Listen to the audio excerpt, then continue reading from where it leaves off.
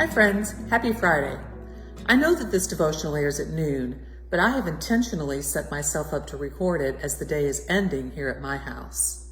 Because tonight I wanted to share an ancient spiritual exercise with you. I first learned of this practice while I was chaperoning a youth retreat for Parkway several years ago. There was a breakout session where we were encouraged to bring our pillow and blanket so that we could take a nap. I signed up for the session mostly out of curiosity because I wanted to see how the leaders would be able to connect taking a nap with any godly pursuit.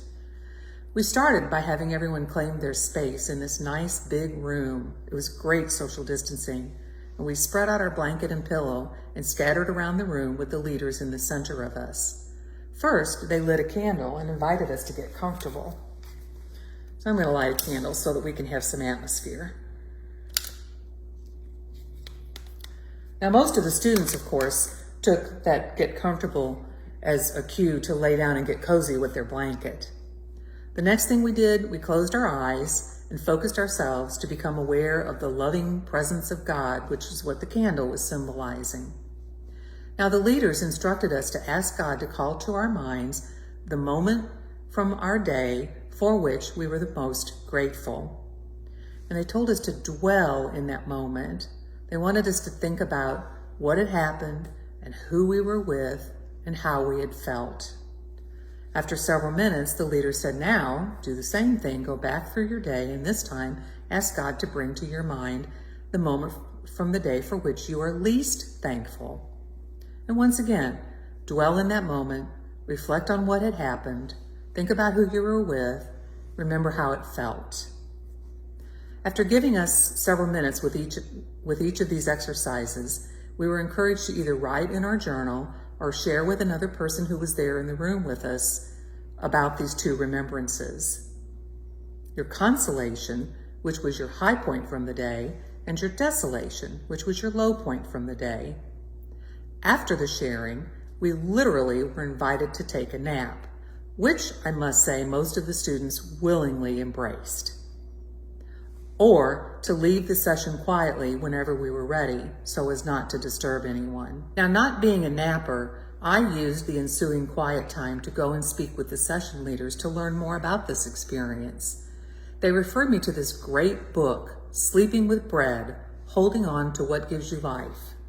I have the book here with me. In this book, the authors explained that during the bombing raids in World War II, there were thousands of children who were orphaned and left to starve. The fortunate ones were rescued and placed in refugee camps where they received food and care.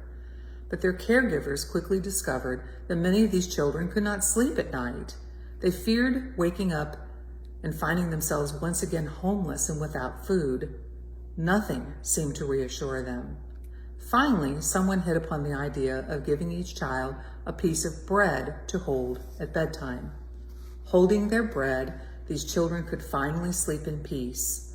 All through the night, the bread reminded them, today I ate and I will eat again tomorrow. Now, this youth retreat had a profound impact on my spiritual growth for a number of reasons, not the least of which was learning about this spiritual exercise, which is known as the examen.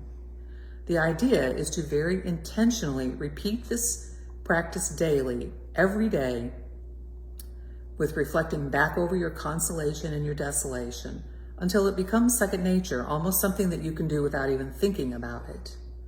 The examen is a way of training our minds and hearts to look for that piece of bread, that moment of time from our day, which was the most life-giving, and to hold on to that moment as we drift off to sleep. And in doing so, over time, we become able to receive the comforting reassurance from the Holy Spirit that today was okay and tomorrow will be okay too. If ever there was a time to take up or renew a spiritual exercise such as the examen, I believe now indeed would be a good time to practice holding on to what gives you life. I hope you will try the examen tonight.